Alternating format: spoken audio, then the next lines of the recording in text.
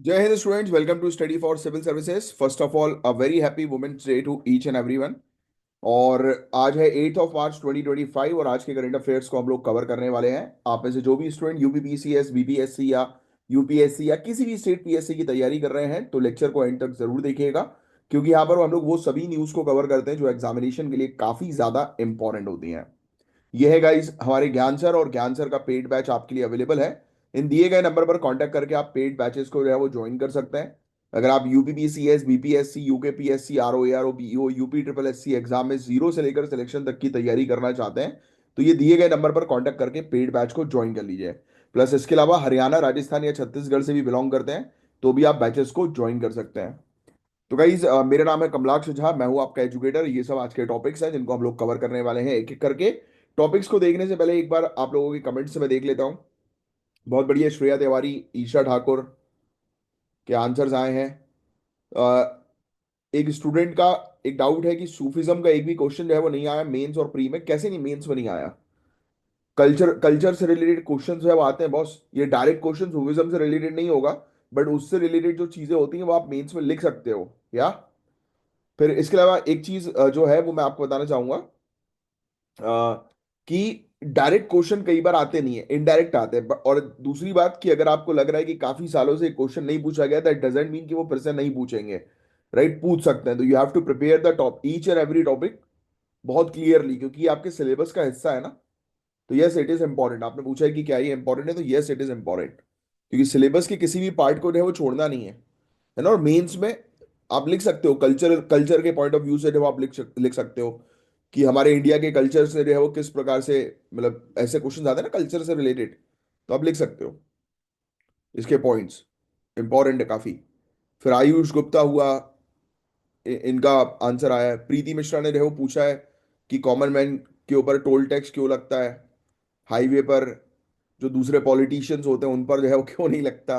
Right, तो देखो main चीज, आपका क्वेश्चन जो है वो जेन्युइन है कि भाई हम लोग जो है वो क्यों जो है वो कॉमन मैन टैक्स जो है वो पे कर रहा है, दूसरे लोग क्यों टैक्स जो है वो पे नहीं कर रहा है। राइट, देखो क्या होता है कि बात ध्यान समझना। आप एक डिस्ट्रिक्ट कलेक्टर हो, ठीक है, आने वाले समय के। अब आपके पास है नौकर चाकर सब कुछ, है ना। और वहीं एक डॉक्टर है, उसने भी परिश्रम किया, उसने भी मेहनत करी और वो डॉक्टर बना या डॉक्टर बनी, है ना। बट उनके पास कोई नौकर चाकर नहीं है। आपके पास तो आपका दरवाजा खोलने खोलने के लिए एक पहरेदार होगा, गेट कीपर होगा। राइट, आपके कपड़ों को प्रेस करने के लिए एक प्रेस वाला होगा, खाना खिलाने के लिए एक कुक होगा आपके बंगले के अंदर। बट डॉक्टर्स को ये सब फैसिलिटी क्यों नहीं देती है सरकार? सोचो। इसी के पीछे पूरे आंसर जो है वो छुपे हुए हैं कि कॉमन मैन के लिए ये सब टैक्सेस क्यों, मतलब ये चार्जेस क्यों है, फीस क्यों है। एडमिनिस्ट्रेटर के लिए क्यों नहीं है, क्योंकि आप भी एडमिनिस्ट्रेटिव एग्जामिन की तैयारी कर रहे हो ना। आपको भी तो ये सब, आपको नहीं चाहिए ये सब फैसिलिटी है। इसका देखते हैं आंसर कौन लिखता है। कमेंट बॉक्स पे लिखना। कल वैसे भी संडे है, कल का क्लास जो है वो मैं नहीं लूंगा, क्योंकि कल की क्लास में हमारा एक ही टॉपिक था हाइड्रोकार्बन से रिलेटेड। बाकी आज की क्लास में अगर कोई टॉपिक हमारे बढ़ते हैं तो वो मैं आपको नेक्स्ट संडे जो है वो कवर अप कराऊंगा। राइट, बाकी कल जो है वो गैप करेंगे अपन। कल आप रिवाइज जो है वो करना, आराम से सोचो इस क्वेश्चन के बारे में जो आपने पूछा है ना। कि जैसे आप ही से रिलेटेड क्वेश्चन आई है कि आपने पूछ लिया कि भाई कॉमन मैन को क्यों चार्जेस पे करने पड़ रहे हैं, राइट, एडमिनिस्ट्रेटर को क्यों नहीं। राइट, इसका आंसर आप बताएंगे। और किस क्वेश्चन का जो मैंने पूछा है कि आप सपोज एक डिस्ट्रिक्ट कलेक्टर है, आपके पास जो है ये फैसिलिटीज है पूरी, वहीं एक डॉक्टर है, उसको फैसिलिटी क्यों नहीं दी सरकार ने। आपके पास जो है वो ड्राइवर है, आपके पास जो है वो प्रेस करने के लिए प्रेस वाला है, राइट, सब कुछ है। बट उस डॉक्टर के पास क्यों नहीं? उसने भी तो बहुत मेहनत करी, वो भी तो जान बचा रहा है लोगों की। बट उसके पास नहीं है, आपके पास है। क्यों? तो इसका आंसर दो। फिर प्रीति खुद ब खुद आपको अपने क्वेश्चन का आंसर जो है वो मिल जाएगा। मंडे को जो है मैं इसका एक्सप्लेनेशन दूंगा। और इसी प्रकार से गाइज अपने पायल भारती, वेरी गुड आंसर्स लिखे हैं आपने। इसी प्रकार से जो है वो अपने आंसर जो है वो लिखते जाइए, रेगुलर जो है वो रहिए। Sameer, very good.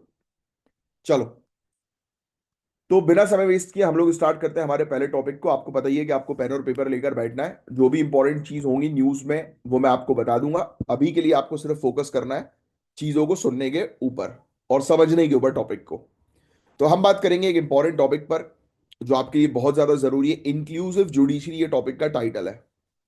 इस टॉपिक का मेन एम है जुडिशरी को सबके लिए एक्सेसिबल और इक्वल बनाना, चाहे वो किसी भी डिसेबिलिटी से रिलेटेड हो। हम इसमें ऑनरेबल सुप्रीम कोर्ट के कुछ इंपॉर्टेंट जजमेंट्स को डिस्कस करेंगे जो विजुअली इंपेयर्ड कैंडिडेट्स के लिए बहुत इंपॉर्टेंट थी, और कैसे जुडिशरी में इंक्लूसिविटी को इंश्योर किया गया है, ये एक्सप्लेनेशन यहां पर आपको मिलेगा आज।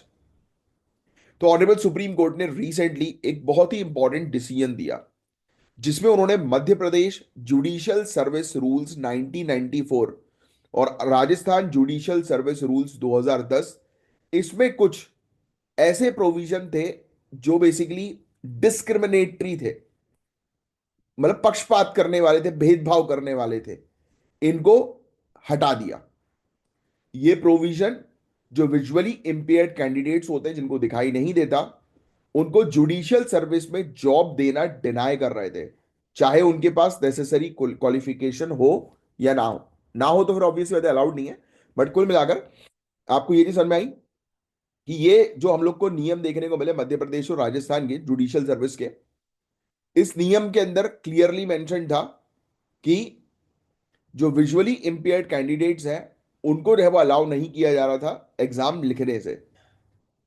तो इस चीज को जो है वो ऑनरेबल सुप्रीम कोर्ट ने जो है वो हटा दिया, स्ट्रक डाउन कर दिया। लिखने की जरूरत नहीं है, टॉपिक सिर्फ समझने वाला है अभी। तो कोर्ट ने यह डिक्लेयर किया कि विजुअली इंपेयर्ड कैंडिडेट्स को जुडिशियल सर्विसेज के एग्जाम में पार्टिसिपेट करने का हक है। यह रूलिंग डिसेबिलिटी राइट्स को फंडामेंटल राइट्स के रूप में रिकॉग्नाइज करती है, और इस डिसीजन के बाद विजुअली इंपेयर्ड कैंडिडेट्स को एम्प्लॉयमेंट में भेदभाव से बचाया गया। ऐसे ही हम लोग को जो है वो काफी सारे नियम जो है वो देखने को मिलते हैं। एक एक हम लोग को देखने को मिलता है right of person with disability act 2016। इस कानून के तहत डिसेबिलिटी राइट्स, यानी कि जो लोग किसी प्रकार से मतलब कानून के दायरे में रहकर जिन लोगों जो लोग जो है वो आप कह सकते हो दिव्यांग है ना, तो उनका अधिकार इसके अंदर मेंशन्ड है। डिसेबिलिटी राइट्स को फंडामेंटल राइट्स के रूप में माना गया है, याद रखिएगा। ये चीज लिख सकते हो आप। डिसेबिलिटी राइट्स इज मोर और less equal to fundamental rights. जो दिव्यांगता अधिकार है वो मौलिक अधिकार के समान है। कोर्ट ने यह भी कहा कि डिसेबिलिटी राइट को चैरिटी बेस्ड ना समझें, बल्कि ये एम्प्लॉयमेंट पॉलिसी को राइट बेस्ड अप्रोच से ट्रीट किया जाना चाहिए। इसको आप ये मत बोलो कि हम किसी के ऊपर जो है वो चैरिटी कर रहे हैं, नहीं, ये कोई चैरिटी नहीं है, ये अधिकार है भाई साहब। Right of person with disability act 2016 में ये चीज हम लोग को देखने को मिली। सुप्रीम कोर्ट ने यह भी मैंडेट दिया कि पर्सन विद डिसेबिलिटीज यानी कि दिव्यांगजन जो लोग हैं, उनके लिए जुडिशियल एग्जाम में अलग कट ऑफ, रीजनेबल अकोमोडेशन और एफर्मेटिव एक्शन को इंप्लीमेंट किया जाए, कि अलग कट ऑफ जो है वो उनको दिया, उनके लिए अलग से रखा जाए, और इवन पर्सन विद डिसेबिलिटीज को जिस भी चीज अकोमोडेशन की आवश्यकता है वो प्रोवाइड किया जाए, है ना। और जो भी महत्वपूर्ण एक्शंस पर्सन विद डिसेबिलिटी की बेटर सेवाओं के लिए लिए जाने चाहिए वो लिए जाए। तो ये चीज हम लोग को जो है वो देखने को मिली। समझे आप। तो इस पर्टिकुलर जजमेंट के तहत अलग अलग एलिजिबिलिटी क्राइटेरिया और कट ऑफ पीडीएफ कैंडिडेट्स के लिए मेंटेन किए जाएंगे, जिससे कि उनके साथ फेयर कंपटीशन हो सके। ऐसे ही एक और केस था गाइस 2009 का, सिर्फ इसमें यही चीज बस आपको जो है वो समझनी थी, बस बाकी और कुछ नहीं इस टॉपिक के अंदर। एक केस था 2009 का, लिखने की जरूरत नहीं, सुचिता श्रीवास्तव वर्सेस चंडीगढ़ एडमिनिस्ट्रेशन का केस। इसमें सुप्रीम कोर्ट ने मेंटली डिसेबल्ड महिला के रिप्रोडक्टिव राइट्स को सही करार दिया। ऐसे union of India versus national federation of the blind का केस था 2013 का। इस केस में भी मतलब ये कहा गया कि क्योंकि इसने विजुअली इंपेयर्ड कैंडिडेट्स को रिजर्व पोस्ट के लिए 3% रिजर्वेशन का हक दिया था, इसलिए इंपॉर्टेंट है। ये भी रिजर्वेशन से ही रिलेटेड था, ये वाला यूनियन ऑफ इंडिया वाला केस। समझे आप। तो ऐसे केसेस हम लोग को जो है वो देखने को मिलते हैं जो काफी इंपॉर्टेंट जो है वो रहे हैं। हालांकि केसेस के बारे में जब तक ये केस बिल्कुल एकदम ही हाईलाइट नहीं हो रहा था न्यूज में, तब तक आपको लिखने की जरूरत नहीं है, अभी के लिए इंपॉर्टेंट नहीं है सब केसेस। राइट, तो अलग अलग टाइप के, ये देखो कितने सारे केसेस आपके सामने। ऐसे ही रवि प्रकाश गुप्ता का केस 2010 का था। इसमें जजमेंट दिया गया कि विजुअली इंपेयर्ड कैंडिडेट जो है उनको प्री डिफाइंड जॉब क्राइटेरिया से दूर किया जाए। राइट, तो ये चीजें हैं। मतलब कि अब ऑब्वियस सी बात है कि आप यूपीएससी की तैयारी आप कर रहे हो या स्टेट पीएससी की तैयारी कर रहे हो, तो उसमें ऑब्वियस सी बात है कि दिव्यांगजन के लिए आईपीएस, डीएसपी, ये सब पोस्ट जो है वो नहीं रहती हैं। ये पहले ही जो है वो ब्लॉक कर दिया जाता है, बिकॉज ऑब्वियस सी बात है कि वो अपनी फुल कैपेसिटी में उस पोस्ट में ऑपरेट नहीं कर पाएंगे, तो इसलिए वो जॉब उनके लिए नहीं रहती, बाकी दूसरी जॉब्स रहती हैं। तो ऑनरेबल सुप्रीम कोर्ट ने अथॉरिटीज को डायरेक्शन दिया है कि उन्हें जुडिशियल ऑफिसर का सिलेक्शन प्रोसेस जल्दी कंप्लीट करना होगा, ताकि ये inclusive practice with in 3 months implement हो जाए। तो कोर्ट ने 3 महीने का समय दिया है कि आप ये पूरी चीजें जो है वो 3 महीने के अंदर जो है वो कंप्लीट कर लो। बाकी देखो, ये चीज चाहो तो लिख सकते हो, 21 प्रकार की डिसेबिलिटी को रिकॉग्नाइज किया है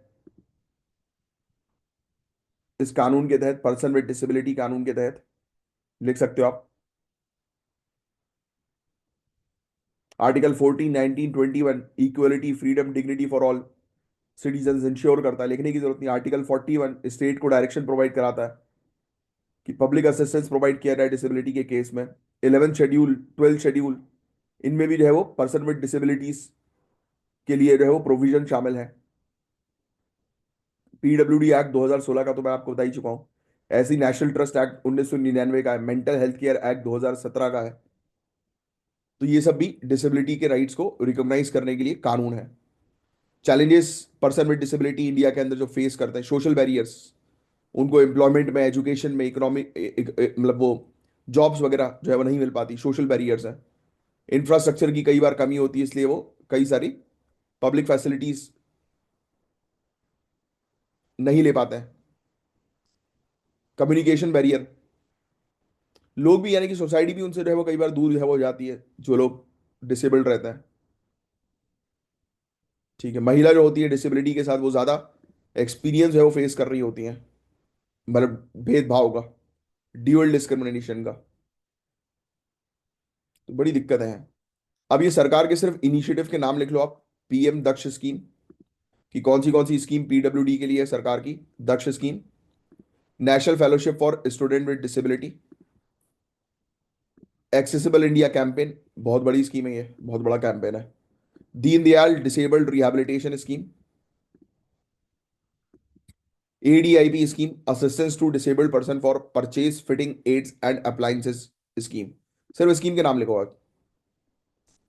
ठीक है, तो हमें पॉलिसी रिफॉर्म की आवश्यकता है, इन्वेस्टमेंट करने की आवश्यकता है इंफ्रास्ट्रक्चर में, पब्लिक अवेयरनेस बढ़ाने की आवश्यकता है। इंटरनेशनल बेस्ट प्रैक्टिसेस जितनी भी चल रही है, जैसे जापान का एक डॉन कैफे जो है, ये डिसेबल्ड स्टाफ को ही सिर्फ वो प्रोवाइड कराता है, जॉब्स प्रोवाइड कराता है। देखो, to remotely control robot waiters को कंट्रोल करने के लिए, क्या बात है। एक बार देखना इसके वीडियोस वगैरह, लिखने की जरूरत नहीं, इसके बस वीडियो वगैरह देख लेना इंटरेस्ट के लिए। डॉन कैफे जापान का कैसा है, कैसे ऑपरेट करता है, तो आपको पता लगेगा। ठीक है बस। और प्रीलिम्स में मेक श्योर कि आप पर्सन विद डिसेबिलिटी की प्रॉपर डेफिनेशन ध्यान में रखें। Person rights of person with disability act 2016, इसके पूरे प्रोविजंस आपको पता होने चाहिए। फिर इसके अलावा जो कौन से अधिकार है पर्सन विद डिसेबिलिटी के, उसका आपको आइडिया होना चाहिए हमारे कॉन्स्टिट्यूशन के अंदर, जो मैंने भी आपको कुछ बताए हैं। कौन सी सरकार की स्कीम्स है वो आपको ध्यान में रखना है ना। मेंस में जो है आपसे डिटेल में पूछा जा सकता है कि कैसे right of person with disability act 2016 जो है वो कंट्रीब्यूट कर रही है और इंक्लूसिव सोसाइटी बनाने में। तो ऐसे क्वेश्चन आपसे पूछे जा सकते हैं बस। बाकी और कुछ नहीं था गाइस इस टॉपिक के अंदर, दैट्स इट, इतना ही टॉपिक था ये। अब हम डिस्कस करेंगे एक और इंपॉर्टेंट टॉपिक के बारे में, इंडिया का एग्रीकल्चरल ट्रेड। ये टॉपिक एग्रीकल्चर और ट्रेड के इंटरसेक्शन को समझाता है, जो कि सिविल सर्विसेज एस्पिरेंट्स के लिए बहुत ज्यादा जरूरी है, क्योंकि हमारे देश की इकोनॉमी का बहुत बड़ा हिस्सा एग्रीकल्चर पे डिपेंडेंट है। Yes, I think you guys are aware about it. कितनी पॉपुलेशन डायरेक्टली या इनडायरेक्टली एग्रीकल्चर पे डिपेंडेंट है, कमेंट बॉक्स पे अभी कभी लिखकर बताओ। तो हम बात करेंगे इंडिया के एग्रीकल्चरल एक्सपोर्ट्स, इंपोर्ट्स और ट्रेड सरप्लस के ट्रेंड के बारे में। तो देखो यार, 2014 में इंडिया के एग्रीकल्चरल एक्सपोर्ट्स में 6.5% की बढ़ोतरी देखने को मिली, जो कि 37.5 बिलियन US डॉलर था। ये लिखने की जरूरत नहीं है, ठीक है। एक जनरल आपको आइडिया होना चाहिए कि हाँ भाई, हमारा इंडिया का एग्रीकल्चरल एक्सपोर्ट जो है वो काफी अच्छा परफॉर्म कर रहा है, ये पता होना चाहिए। ये इंक्रीज गाइस काफी इंपॉर्टेंट है, स्पेशली जब हम इंपोर्ट्स की बात करें। इंडिया का एग्रीकल्चरल इंपोर्ट 18.7% बढ़ के 29.3 बिलियन US डॉलर तक पहुंच गया था। ये ट्रेंड्स इंडिकेट करता है कि एग्रीकल्चर ट्रेड काफी इंपॉर्टेंट हो गया है ग्लोबल लेवल पर, लेकिन चैलेंजेस और भी हैं। अब देखो, ये जो प्राइस बढ़ा है, ये काफी हद तक ग्लोबल कम्योडिटी प्राइस फ्लक्चुएशन और गवर्नमेंट पॉलिसीज के इफेक्ट की वजह से है। फॉर एग्जांपल, क्लाइमेट कंडीशन और ग्लोबल डिमांड सप्लाई चेन ने भी इम्पैक्ट इसमें जो है वो काफी हद तक जो है वो डाला है। आंकड़े उतने आपको ध्यान में जो है वो रखने की आवश्यकता नहीं है। अब इसमें जो कुछ इंपॉर्टेंट चीजें हैं, जैसे इंडिया का एग्रीकल्चर ट्रेड सरप्लस की बात करें, तो जब हम ट्रेड सरप्लस की बात करते हैं तो 2023-24 में ये सरप्लस 10.6 बिलियन US डॉलर से गिरकर 8.2 बिलियन US डॉलर हो गया था। ये रिडक्शन लार्जली हुआ था क्योंकि ग्लोबल ट्रेंड्स चेंज हो रहा था और इंपोर्ट के बढ़ते हुए वॉल्यूम्स के कारण भी देखने को मिला। कॉटन ट्रेड में भी एक शिफ्ट देखा गया, जिससे इंडिया एक नेट इंपोर्टर बन गया था। पहले इंडिया एक मेजर एक्सपोर्टर था, लेकिन अब सिचुएशन थोड़ी सी चेंज भी हो गई है कॉटन के मामले में। अब हो यही रहा है ना यार, कि मेन मेन प्रॉब्लम सबसे बड़ी क्या है। एक तो बहुत सारी प्रॉब्लम हुई, पैंडेमिक आया, उसने सप्लाई चेन को डिसरप्ट किया। रशिया यूक्रेन वॉर ने सप्लाई चेन को डिसरप्ट किया। क्लाइमेट चेंज की प्रॉब्लम तो ऑलरेडी है ही, राइट। तो इन सब चीजों के चलते ये शिफ्ट हम लोग को देखने को मिल रहा है, due to changing global trend, है ना। तो ये चीज हम लोग को देखने को मिल रही है। मरीन प्रोडक्ट्स की एक्सपोर्ट में गिरावट देखी गई 2022-23 में। ये 8.1 बिलियन US डॉलर से गिरकर 7.4 बिलियन US डॉलर हो गया, राइट। तो ये चीज जो है वो देखने को मिली। राइस एक्सपोर्ट की बात करें तो राइस के एक्सपोर्ट स्ट्रांग है। 2024-25 में रिकॉर्ड हाई अचीव करने का एक्सपेक्टेशन है। ये इंडिया की बासमती और नॉन बासमती राइस के लिए स्ट्रांग डिमांड को जो है वो रिफ्लेक्ट कर रहा है ग्लोबली, राइट। ऐसे ही हम लोग को शुगर और वीट की बात करें तो शुगर और वीट एक्सपोर्ट में डिक्लाइन आई है, due to government impose restriction, जिसका मेन ऑब्जेक्टिव यही है कि मुद्रा फीसदी इन्फ्लेशन को कंट्रोल करना और इंश्योर करना कि डोमेस्टिक जो भंडार है हमारे पास, यानी कि स्टोर्स जो है, वेयर हाउस जो है वो भरे रहे, यानी कि हमारे पास अच्छा खासा स्टॉक रहे, जिससे कि हमें भुखमरी की प्रॉब्लम फेस ना करनी पड़े। और ग्लोबल कमोडिटी प्राइस में फ्लक्चुएशन डायरेक्टली इंपैक्ट करते हैं इंडिया के एक्सपोर्ट को, जैसे 2022-23 में रशिया यूक्रेन वॉर, जिसकी मैं अभी आपसे जो है वो चर्चा कर रहा था, है ना। तो इसने भी जो है वो बहुत बुरी स्थिति जो है वो क्रिएट करी थी, जिस वजह से पूरे दुनिया भर के फूड प्राइसेस जो है वो बढ़ गए और इंडिया का एग्रीकल्चरल एक्सपोर्ट्स बूस्ट हो गया, बढ़ गया, जो 53.2 बिलियन US डॉलर तक पहुंच गया। फिर बाद में जब ग्लोबल प्राइसेस थोड़े मॉडरेट हुए तो एक्सपोर्ट्स में फिर से डिक्लाइन देखने को मिला, इसलिए कमोडिटी प्राइस काफी सेंसिटिव चीज है ट्रेड सरप्लस के लिए, ठीक है। स्पाइसेस के बारे में तो आपको ऑलरेडी पता है, इंडिया अच्छी पोजीशन पे है अपनी, मिर्ची के लिए, हल्दी के लिए, है ना, कोरिएंडर के लिए, पुदीना के लिए, सौंफ के लिए, धनिया के लिए, है ना। कैश कॉफी और टोबैको एक्सपोर्ट्स भी जो है वो हम लोग को देखने को मिल रहा है कि ये भी सही चल रहा है, इसका भी एक्सपोर्ट जो है वो बढ़ा हुआ है, ठीक है। फिर एडिबल ऑयल्स की बात करें तो उसका इंपोर्ट बहुत ज्यादा बढ़ गया है, जो लार्जली रशिया यूक्रेन वॉर की वजह से हुआ। अब इंपोर्ट अपने हाईएस्ट लेवल पर है सिंस 2021-2022। पल्सेस के इंपोर्ट बढ़ने का रीजन जो है वो, हमारे यहाँ पर प्रोडक्शन अच्छा नहीं हो रहा दाल का। 2024-25 में 5 बिलियन US डॉलर से ज्यादा इंपोर्ट एक्सपेक्टेड है। स्पाइसेस और कॉटन की बात करें तो अब इंडिया नेट इंपोर्टर हो गया है। कुछ ट्रेडिशनल स्पाइसेस जैसे कि पेपर और कार्डमम में अगर हम देखें तो उसको हम लोग इंपोर्ट करा रहे हैं। तो बस यही चीज थी। एशिया ने 2023 में इंडिया के एग्रीकल्चरल एक्सपोर्ट्स का 58% शेयर किया। मेजर बायर में चाइना और यूएई शामिल है। चाइना और यूएई ने सबसे ज्यादा इंडिया से परचेज किया।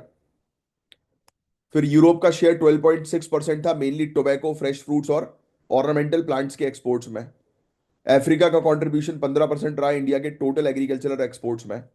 इंडिया के एग्रीकल्चरल इंपोर्ट्स का 48% कंट्रीब्यूशन ग्लोबल साउथ के देशों से होता है, इंक्लूडिंग ब्राजील, वियतनाम, मैक्सिको, यहां से हम लोग जो है वो उठाते हैं। Brazil, China, Mexico, Argentina, Indonesia, US, Netherland, Germany, ये टॉप 3 सप्लायर्स हैं एग्रीकल्चरल इंपोर्ट्स के इंडिया के लिए। ठीक है। चैलेंजेस यही है, non tariff barriers, develop countries जो है वो बहुत ही strict sanitary and phyto sanitary measures जो है और टेक्निकल बैरियर टू ट्रेड जो है वो इम्पोज कर रही हैं, जिसके तहत इंडिया का एक्सपोर्ट रिस्ट्रिक्ट हो रहा है। इंडिया की बासमती राइस और इंडिया की चाय पत्ती, उस पर बैन जो है वो लग रहे हैं यूरोप के अंदर, क्योंकि हम लोग पेस्टिसाइड्स का इस्तेमाल कर रहे हैं। जापान ने जो है वो रेस्ट्रिक्ट कर दिया इंडियन कट फ्लावर इंपोर्ट्स को, जीरो टॉलरेंस पेट रेगुलेशन के चलते, पेस्ट रेगुलेशन के चलते। मतलब कुछ ना कुछ हमें अपनी पॉलिसीज में चेंज अप करने पड़ेंगे, क्योंकि दुनिया भर की कंट्री आज की डेट में डिमांड कर रही है ऑर्गेनिक चीजें, पेस्ट फ्री चीजें, पेस्टिसाइड्स फ्री चीजें। तो उसको ध्यान में रखते हुए हमें अपनी अब एग्रीकल्चर इंडस्ट्री को जो है वो बूस्ट करना पड़ेगा, एग्रीकल्चर सेक्टर को मतलब। ठीक है। Developed Nations heavy subsidies provide करा रहे हैं अपने फार्मर्स को, जो जिसके कारण इंडियन एग्रीकल्चर एक्सपोर्ट जो है वो लेस कॉम्पिटेटिव हो गया है, और कंपैरेटिवली हमारा माल जो है वो इंटरनेशनल मार्केट में बिक नहीं पा रहा है। फिर भी कंपैरेटिवली हमने एक्सपोर्ट्स अच्छा खासा किया है, तरक्की अच्छी खासी करी है, बट जैसी होनी चाहिए उस अकॉर्डिंग नहीं है, उस पर और काम करने की आवश्यकता है। एमएसपी की बात करें, इंडिया की एमएसपी पॉलिसी जो है उसको डेवलप कंट्रीज जो है वो चैलेंज कर रही है, वर्ल्ड ट्रेड ऑर्गेनाइजेशन में आर्ग्यू कर रही है कि वो 10% लिमिट का कोटा जो है agriculture on agreement on agriculture में, तो उसको जो है वो सरपास किया जा रहा है। दो इंडिया जो है वो क्वालिफाई करती है अनलिमिटेड इनपुट सब्सिडी के लिए डेवलपमेंट बॉक्स के अंडर, राइट। और डेवलप कंट्रीज जो है वो ये बोल रही हैं कि अब इंडिया को जो है वो इस डेवलपिंग की कैटेगरी से हटाओ। ये एक अलग ही फाइट जो है वो वर्ल्ड ट्रेड ऑर्गेनाइजेशन में चल रही है।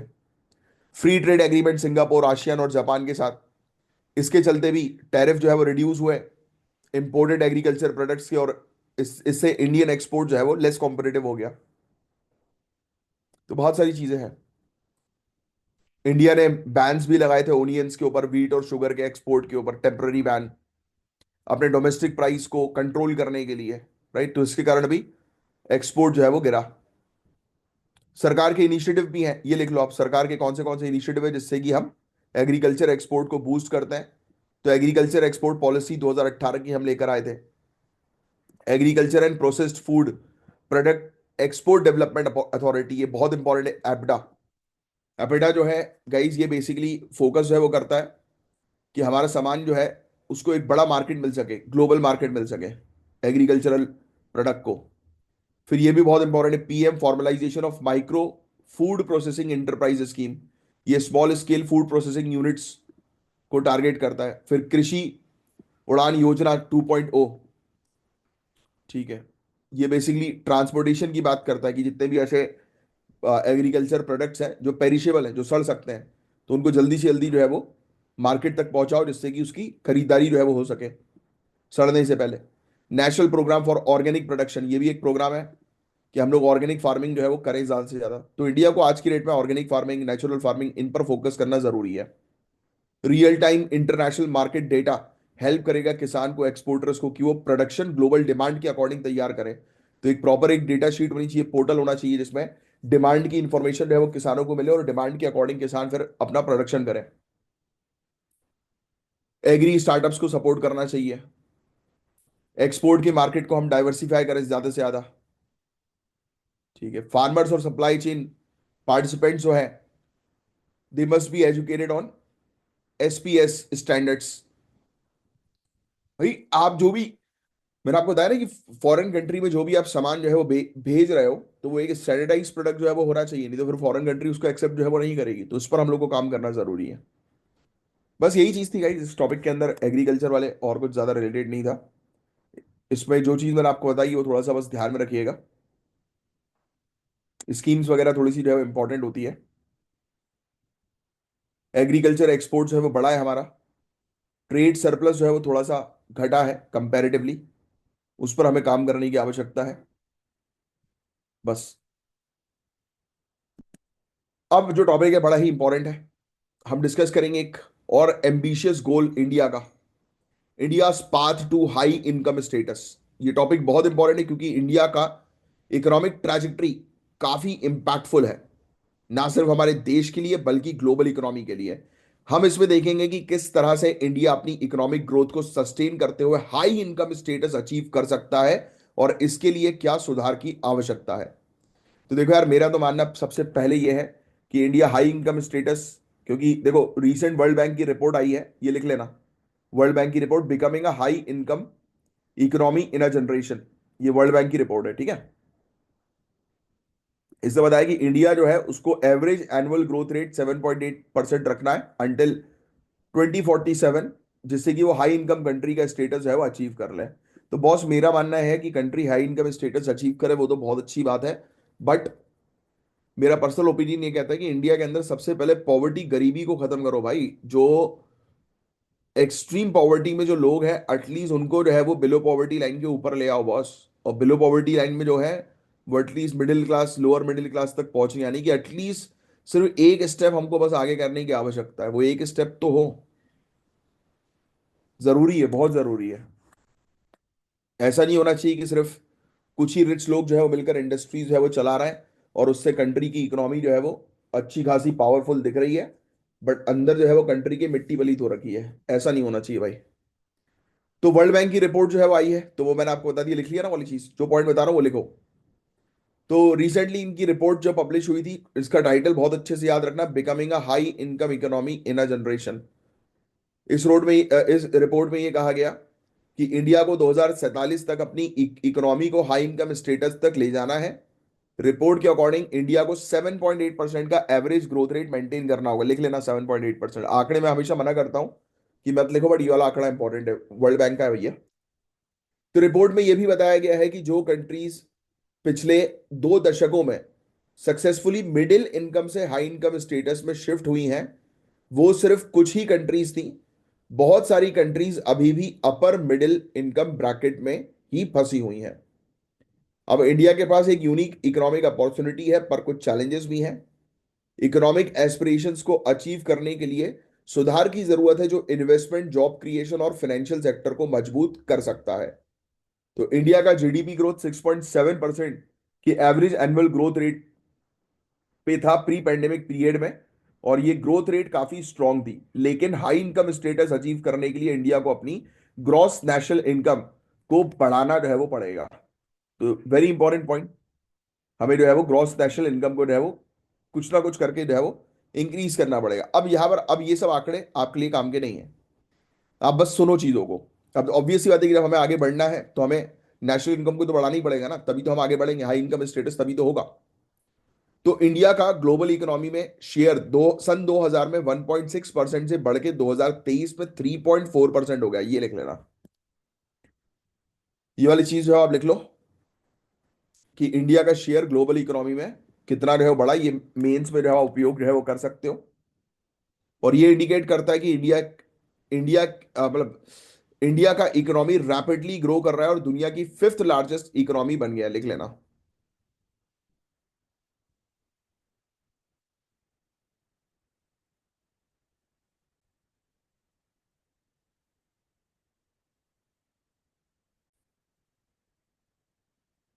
पता नहीं, कुछ एकदम से टेक्निकल इशू आया था तो ये बंद ही हो गया था पूरा।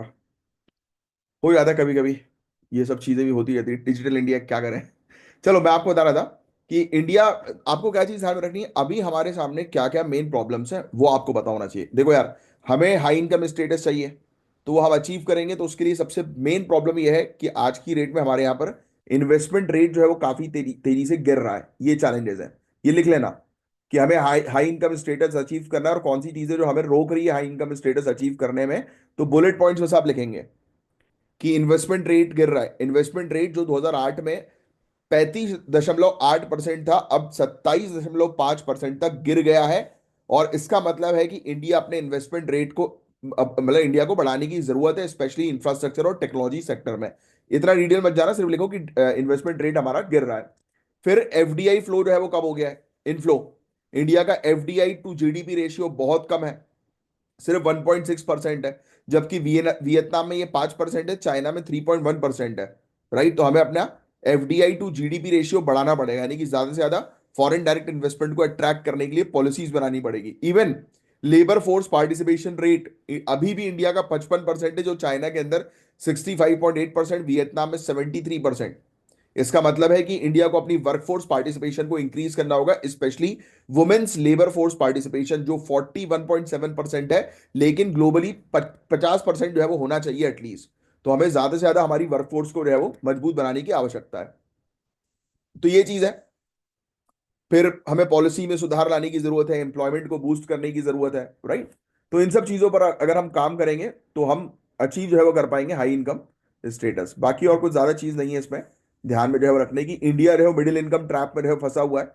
ये फिनोमिना यही है कि वो ये बोलता है कि हाई इनकम स्टेटस की तरफ आगे बढ़ने से काफी सारी चीजें हमें रोक रही, जिनमें से तीन चार इंपॉर्टेंट पॉइंट्स मैंने आपको जो है वो ऑलरेडी बता दिए हैं।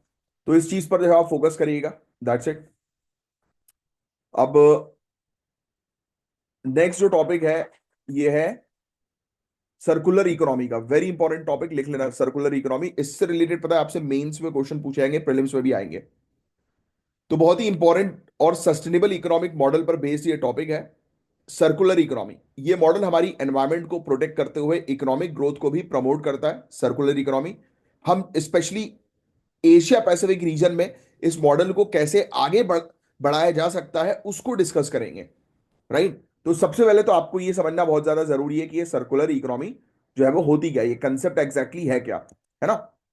सुनो, ध्यान से सुनो, फिर उसके बाद जो है वो पूरी चीज सुनने के बाद आराम से अपने नोट्स जो है वो तैयार करना है इसके। ये टॉपिक बहुत इंपॉर्टेंट है और इसके डिटेल नोट्स बनाना है आपको। तो सर्कुलर इकोनॉमी को समझना आपके लिए जरूरी है। ये एक ऐसा इकोनॉमिक मॉडल है जिसमें रिसोर्सेज यानी कि संसाधन को कंटिन्यूअसली रीयूज किया जाता है, रिसाइकल किया जाता है और वेस्ट को कम किया जाता है। इसमें लीनियर मतलब मॉडल जहां संसाधन को एक्सट्रैक्ट किया जाता है, यूज किया जाता है और डिस्कार्ड किया जाता है, उसके कंपैरिजन में सर्कुलर मॉडल में रिसाइकलिंग और रीयूज पर ज्यादा फोकस होता है। जनरली हमने संसाधन लिया, कोई भी एक एलिमेंट लिया, उसका उपयोग किया, फेंक दिया। बट ये सर्कुलर मॉडल के अंदर उसको हम फेंकेंगे नहीं, उसको हम जो है वो दोबारा से रीयूज करेंगे। जब तक करेंगे कि पूरी तरह उसकी लाइफ बर्बाद ना हो जाए, और फिर जब बर्बाद हो जाए तो उसको रिसाइकल करेंगे। Are you getting this? तो ये रीयूज और रिसाइकल पर फोकस करता है सर्कुलर मॉडल। जैसे कि एक प्रोडक्ट की जितनी भी लाइफ साइकिल है वो खत्म होने के बाद उसको रिपेयर करके या उसके कंपोनेंट को यूज करके प्रोडक्ट की लाइफ को एक्सटेंड किया जाता है। अब एशिया पैसिफिक रीजन की बात करें तो ये पूरी चीज आपको पता होनी चाहिए guys। इसमें एक एक पॉइंट आपको मेंशन करना है अपने नोट्स में। एशिया पैसिफिक रीजन में सर्कुलर इकोनॉमी को बहुत सीरियसली लिया जाता है। ये रीजन सस्टेनेबल वेस्ट मैनेजमेंट और रिसोर्स एफिशिएंसी को प्रमोट कर रहा है, जो कि फ्यूचर की ग्रोथ के लिए बहुत जरूरी है। रीसेंट एग्जांपल्स आप लिखिए। एशिया पैसिफिक ने सर्कुलर इकोनॉमी मॉडल को कैसे इंप्लीमेंट किया, तो आप लिखेंगे एशिया पैसिफिक कंट्री जैसे इंडिया, चाइना, जापान, ऑस्ट्रेलिया, यहां पर सर्कुलर इकोनॉमी की अपनी खुद की ग्रोथ स्ट्रेटेजी है। यहां पर 4R 3R मॉडल्स का उपयोग किया जा रहा है। 12th regional 3R and circular economy forum Asia Pacific में हुई है। ये लिख लेना आप, वेरी वेरी इंपॉर्टेंट। ये वाली चीज, ये जयपुर इंडिया के अंदर हम लोग को जो है वो देखने को मिली है।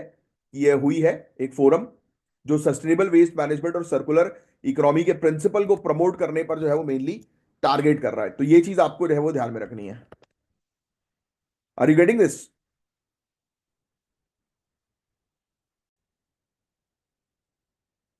गाइज मेरे साइड से थोड़ा सा सॉफ्टवेयर का कुछ इशू आ रहा है, so unfortunately we have to leave here. तो ये दो टॉपिक्स हमारे बच रहे हैं, चार, चौथा टॉपिक और पांचवा टॉपिक, क्योंकि हर वो 2-3 मिनट बाद जो है वो वो क्रैश कर रहा है पूरा ये सॉफ्टवेयर।